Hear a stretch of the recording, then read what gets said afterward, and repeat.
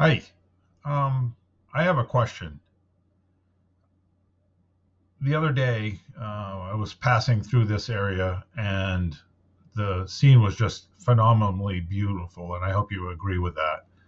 Um, and after reviewing it, I po- I have a question I really would like an answer to, or at least some ideas.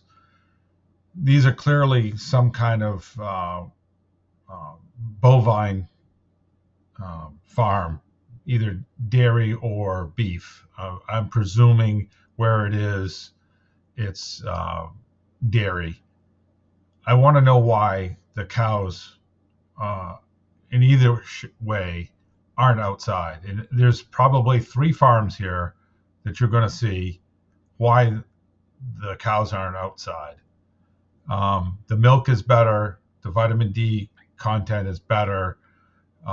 If it's beef, it's the omega 3, omega 6 ratio is much better.